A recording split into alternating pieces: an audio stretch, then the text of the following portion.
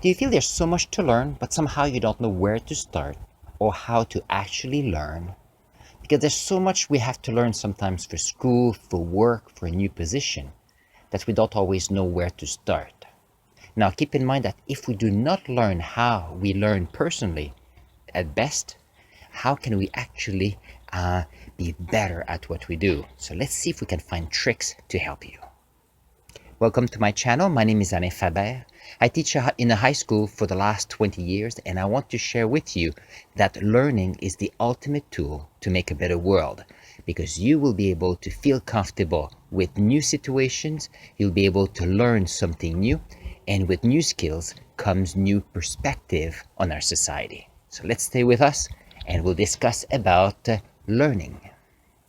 When I started high school, I remember when I was doing tests to figure out what was my aptitude, and I love science and I knew that, but I liked hands-on. I remember doing all the tests from guidance, and at the end they said, well, that's easy. You could be, from the results of the test, you could be an engineer, you could be a farmer, you could be an astronaut. And I was thinking, oh, a farmer is taking care of agriculture on the planet, astronaut is going into space, and engineering is anything in between. So I figured it was very hard for me to figure out which one to pick.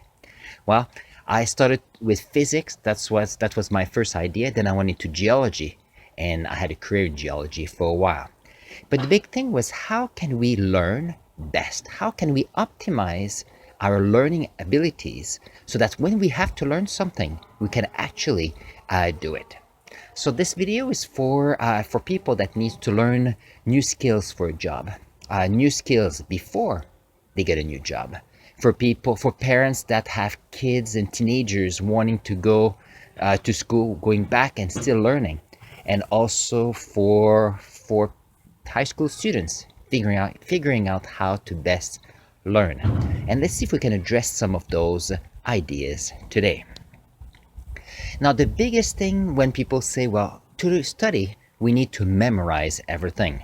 Well, memorization is a skill, but it's not the only skill. To be honest with you, my memory has never been the best. If I read something, I can rarely remember it right away. So if I go to a conference or to a lesson, people say, why do you write so much when you attend a lesson or a conference? And the reason for that is, when I listen to someone speak, I actually need to listen, but it takes me time to process. And the skill that I've learned is, when someone is speaking, I write down what they are saying. Not every word, but the key ideas. Because as I listen, I use my perspective, what I know, and I create a concise version of what they're saying. Is it exactly what they're saying? It's pretty close. I know it's based on my own perspective. But when I want to review my notes, it's easier for me to remember. And that's one of the skills I've had to get better. Now, the reason why I used science was that if you do chemistry, you've got the periodic table to help you. If you are doing math, well, you can always go back to the basics to try to figure out how to answer the questions. I wanted to go into physics because it was good. You had formulas, you had math, it was applied, and I love the applied aspect of physics. And even if I did not have a good memory, I knew I could succeed. Friends of mine went into biology, and they've done into the arts programs like literature and so on. And there's no way I could do that. First, I went to McGill, and it was in English. So there's so much reading I could do in a day because I was a slow reader. With respect to biology, it was hard because there was so much to read and I could not remember everything. Now, compared to a colleague of mine, where if he reads something, he remembers it for years. And that's how, if you want to become a doctor, there's so much knowledge you have to remember. But if you have a good memory, it helps you. On the other hand, if you don't have a good memory, it's trickier. And that's why you have to find ways to get better. Now, some people say, well, is it only math and science that will be good for you if you have little memory? No. What you have to keep in mind that the best way to learn is in twofold. First is to take action to apply what you're learning. And second, you can show others what you're learning. And these are two ways for you to remember. So a good example are artists. They learn new skills and they apply it, either in drama, in visual art, in sculpture, or in a creative writing. The amazing thing is if you apply what you learn, it's a beautiful way to remember it. And keep in mind that the more you do it, the better you get. And what happens is you get your own ways of figuring out what works for you. For me, if you take this YouTube channel, I still try to figure out what's the best way to make the ultimate video. And I know that the ultimate great videos will probably be published in the years to come. Because every time I create a video, I have new ideas. I have a new perspective on how to do things, and I have new ideas. And by taking actions, making videos, that's how I learn. Because there was a time when I was watching videos, reading articles, blogs on how to create a YouTube channel. Up to the point I said, well, may as well do one. May as well create videos. May as well post videos. And that's the best way to be accountable to myself, accountable to you, my community. But to give you ideas that when you take action, it's a good way for you to get better. Now, there's a few things I do with my videos. I try to keep a structure, but it's not always working because sometimes I forget. And that's why I always have cue cards to help me organize my thoughts. That's the way that works for me. And that's a tip you can do for you as well. And now the other thing that needs to be taken care is when we learn, it's always easier when we decide that we want to learn. I say that because sometimes people say, well, I go to school and I do those courses I'm not interested in. Well, I know it's not easy. Now, keep in mind that when you go to, after high school, if you go to post-secondary education, you go to college, university, you go to the workplace, there's tons of things you'll do that you don't like. Well, for example, I live in a house, I love it. However, I don't like cleaning and I don't like washing dishes. I still have to do it. Do I get better by doing it more and more? Well, in some ways, no. But it's got to be done. But when it's done, I feel happy and it gives me time and energy to do other things. So when you go to school, when you go to a job and there's training to do, what helps is to decide, okay, I've got to learn something. Let's see how I can do it best. That means deciding what you want to learn. Second is reflecting.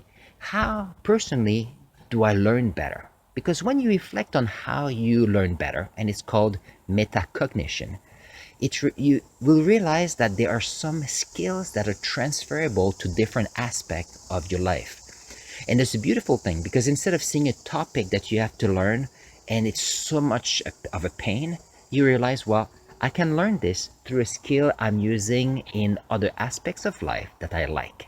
And you'll see it makes the learning so much more enjoyable. And I think it's time for the tips for you on how to optimize your learning. So I have 3 tips for you. My first tip is to decide to learn, as I was saying a few minutes ago. When you decide to learn, it is you making it a priority. You're going to put it into your agenda. You're going to make the time for learning. Now, I know some people that they go to school and after school, either high school, either college, university, they say, okay, this is a job. I've learned everything I need to learn and I'm going to do that for the rest of my life. And some people are happy with that. On the other hand, what if you decided that there's more to learn? Then it opens up opportunities for you, opens up new perspective because there's always lots to learn. The second tip I have for you is to accept that learning takes time. Now, sometimes if I want to learn something, for example, if I want to learn to do a lab in my science lab, it doesn't take much time because I can visualize it in my mind. When I practice it, it works. And in my students, I can visualize how to do it. And when we do it, it works well. On the other hand, there's some other things where I need to learn new skills where on public speaking, that's taking so much more time for me. It's not natural for me. I'm more of an introvert. That means that if I need to speak in front of a crowd, if I need to speak to a video, I need to consciously decide to do it, and then I need to realize that it's taking time. And once I realize that, then it takes away one limiting beliefs. Because some things in life takes for me 5 minutes to learn, other things takes hours to learn, some other things will take years. Now it's beautiful things. There's what's his name? His name is David Goggins, and he was saying that when he was in high school, he had a lot of difficulties, up until he realized that if some people needed an hour to do a math lesson, that he needed 2 hours to do his, and he was putting himself down for a while up until he realized and accepted that if it took more time for him to do, then it took away one limiting beliefs. And I say that because instead of thinking that it was negative that it took so much more time, his mindset changed to, oh, instead of taking 1 hour, it's going to take 2 hours. And he was focusing on the fact that he could achieve what he wanted to achieve, maybe a bit more time than other people, but still, it was positive. He knew he could learn, and he accepted that it needed more time for him. So if you have kids, keep in mind that some kids need more time to learn some aspects at school. If you're a leader in a company, some employees need more training or more time to understand what they have to do. I know that when we have a CEO of a company, we expect the person to be competent right away. On the other hand, competencies in the job place, in the workforce, is often a reflection of practice, experiences, and how well people can do things. So that's something to keep in mind. My third tip for you is to find time for yourself to reflect on the fact that you need to think about what you would love to learn and actually taking time or making time for that. Because if you make time for something you love to learn, you notice that the other things you have to learn are much more easy. For example, we have right now, it's the COVID-19, and since March, I haven't been in a classroom. On the other hand, what was interesting is sometimes it was interesting, sometimes it was a bit harder. But I enjoyed the fact that it was great because after the day, there's a few things I wanted to do and learn. For example, I learned the fact how to maximize time for my students, how to maximize learning online. And then I decided to create this Best Life journey with you, where this is, I think, the 109th video in 109 days. That is exciting for me. So I was doing the work I was doing, and then I was able to say, okay, I'm doing all this and it's great. I'll do the best I can. Because after that, I was planning my own learning for this YouTube channel. So imagine that if you want to learn a musical instrument, if you want to learn a new skill, if you want to learn coding, if you want to learn about leadership, decide and schedule time in your agenda. You'll notice that it will make it exciting for you because you say, oh, there's a few things you need to do, and when they're done, after work, could be during lunchtime, you'll be able to focus on what you love to do. And you'll see, with the work you have to do will go faster because you are excited for what's going to come. Think about the fact that when you want to go for a holiday, and you want to 2 weeks before your holiday, and you know you're going to go somewhere, it seems that time flies because you want to get there. It's amazing. Or when you're in the holiday, time seems to be going so fast because you're doing things that you enjoy to do. It could be the same in a work time, in a work day, because keep in mind that if you can do something exciting every day, you will enjoy every day, and you won't have to wait for the weekend or your week off to enjoy doing something you like. On this, I have a call to action for you. I want you to figure out what you want to learn, something new you want to learn in the next couple of weeks. I want you to take your agenda, and I want you to take 15 minutes a day to try to learn that new skill. I know that I asked you to do something similar last week, but it's important to do it weekly, even daily. If you set up in your day that you want to do something daily and you plan it, you will do it because you know that you've set time for that. I remember Jordan Peterson, when a student was asking that he wanted to go and play and learn in university, but he loved playing video games. And Jordan Peterson was saying, well, if you love video games, plan 2 or 3 or 4 hours in your day to play video games. So the few things that will happen is, as you do what you have to do, you won't have to worry about playing a game because you know you have planned time for the day. And if you've planned 3 hours, it's a lot of time to play. If you don't plan the time to play, few things will happen. First, you will think about playing as you do your work. Or if you start playing, you'll feel guilty because playing may not get you ahead in other aspects of your life. On the other hand, if you plan playing video games, if you plan, as me, to record videos, if you plan learning a new skill, it will get done because you are putting the priority for yourself to do it.